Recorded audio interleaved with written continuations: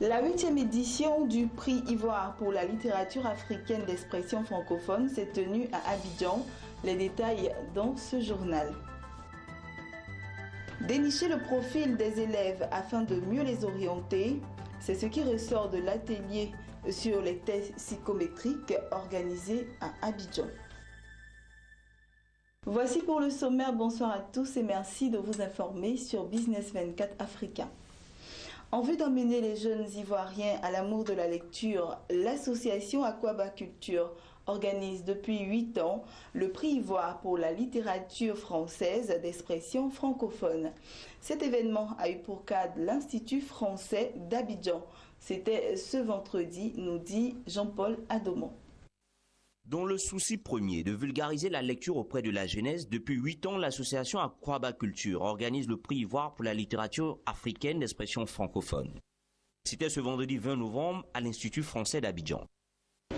Nous sommes aujourd'hui à notre 8e édition et aujourd'hui nous sommes à la 2e phase de notre programme. Je veux parler du concours de culture littéraire des écoles. La proclamation donc des résultats de ce concours-là a eu lieu aujourd'hui. Dans le cadre donc de notre programme, nous avons décidé de faire en sorte que les enfants s'intéressent davantage aux livres et à la lecture. Donc maintenant nous allons à leur rencontre. Nous allons dans les lycées d'Abidjan comme de l'intérieur du pays. Nous avons eu cette année la participation de plusieurs lycées de Korogo, Yamsokro, d'Ivo, à Bengourou, pour ne citer que ces villes-là. Et puis à Boisseau, à Abidjan, nous avons eu la participation de pratiquement toutes les communes. Parce que nous voulons créer une saine émulation à travers cette activité. Et donc vous avez assisté là à la remise concrètement des lots à ces jeunes, je dirais ces cracks de la littérature. Cet événement était sous le parrainage de Soro Kibafori Guillaume, président de l'Assemblée nationale, qui fut représenté à cette cérémonie par son vice-président. Nous avons assisté tout à l'heure, vous l'avez constaté, à une sélection très importante où les talents se sont fait affirmer et qui ont été retenus. Et c'est l'ensemble du pays, parce que quand vous prenez du nord au sud, de l'est à l'ouest, toutes les représentations y sont. Ça veut dire que la Côte d'Ivoire, au niveau de la littérature, est en marche vers l'émergence dont nous parlons tant. Il avait pour invités spéciaux les écrivains ivoiriens et sénégalais Amadou Koné et Mbougar Sarr. Des concours de lecture, un forum littéraire, un concours de culture littéraire et des échanges entre les auteurs invités et le public présent ont meublé cette cérémonie. Le temps fort de cette cérémonie fut la consécration du lycée Antoine Gauze et Dalois pour le prix du concours de culture littéraire. Je suis lauréat du prix Aquabaculture 2015 et c'est avec fierté que nous avons raflé tous les prix de ce concours cette année.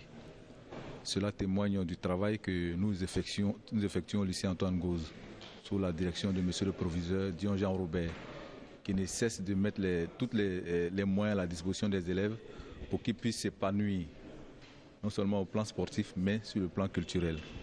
Aujourd'hui, nous avons encore raflé le lauréat des lauréats avec cet ordinateur portable pour un de nos élèves, monsieur Aubry. Chaque année, le prix Ivoire se termine par un dîner gala au cours duquel plusieurs figures de la littérature ivoirienne et internationale sont célébrées. Dès l'adolescence, un jeune doit pouvoir savoir ce qu'il veut devenir. C'est en tout cas l'approche du cabinet ATA qui a organisé récemment un atelier à ce sujet. L'atelier a porté sur les tests psychométriques. Il s'agit de dénicher le profil des élèves afin de mieux les orienter. Conseillers d'orientation, directeurs d'établissements scolaires et coachs ont pris part à la formation. C'était au lycée technique d'Abidjan. Jean-Charles Sibaï et Max Soubi. Les tests psychométriques au centre d'un atelier à l'intention des conseillers d'orientation, inspecteurs, directeurs d'établissements scolaires, responsables du centre d'information scolaire, psychologues et coachs. La consultante psychologue Hélène Simat de la firme internationale Central Test est venue renforcer leurs capacités sur la psychométrie.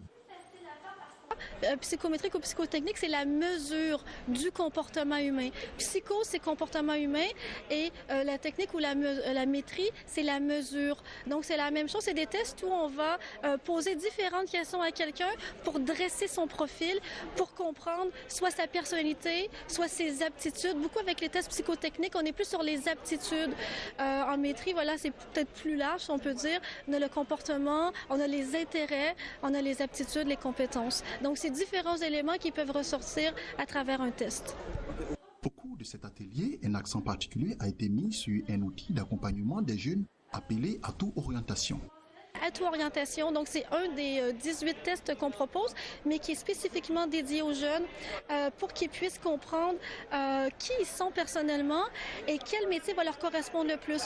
Au final, le métier qu'ils vont choisir, ça va être ce qui va les motiver le plus, ça va les stimuler.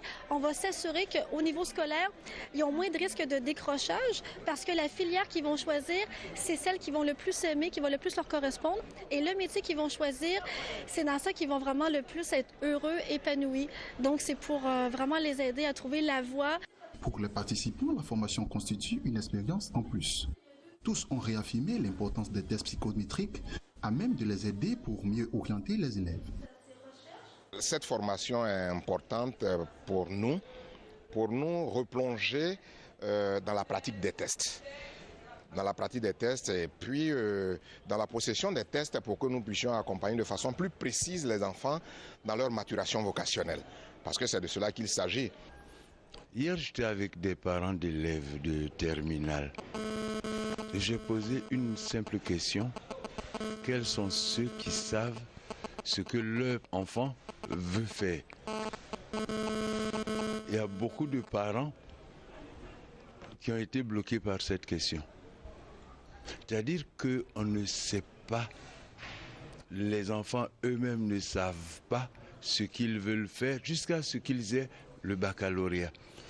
Et c'est alors qu'ils s'asseyent pour dire, qu'est-ce que je peux faire avec mon bac? C'est une catastrophe. C'est une véritable catastrophe. Un enfant qui sait dès sa seconde, peut-être même avant, ce qu'il veut faire, il est mieux orienté. Et l'Ivoirien nouveau, c'est dans l'esprit, dans le comportement. Donc c'est pour cela que j'insiste sur le comportement et sur les tests psychométriques pour que déjà on les inculque au niveau même de la troisième. Au niveau de la troisième, un enfant doit connaître son profil comportemental qui peut évoluer jusqu'à 18 ans, mais au moins il a une base. Cet atelier sur les tests psychométriques a été organisé par le cabinet ATA Group.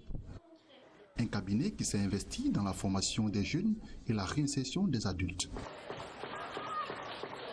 En bref, à présent, rendons-nous au Kenya. Sachez que le gouvernement kényan a annoncé qu'il allait réviser la règle obligeant les investisseurs étrangers à ne pas détenir plus de 70% du capital d'une société de droit kényan et à s'allier à des partenaires locaux. Connue sous l'appellation de la règle 70-30, cette disposition a été inscrite récemment dans une loi relative à la création d'entreprises. Elle a suscité depuis de nombreuses critiques de la part des investisseurs étrangers et des bailleurs de fonds multilatéraux qui ont estimé que la nouvelle règle freine les investissements étrangers dans ce pays qui cherche à stimuler sa croissance économique et à créer davantage d'emplois.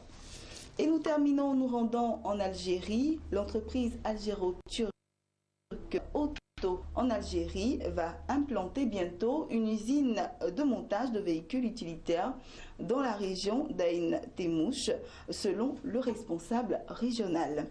La future usine de montage de camions légers aura une capacité de production initiale de 10 000 unités par an. Cette capacité pourrait atteindre 100 000 unités par an dans une étape ultérieure. Voilà, très heureuse de vous avoir présenté cette édition du journal. Merci à tous et bonne suite de programme sur Business 24 Africa.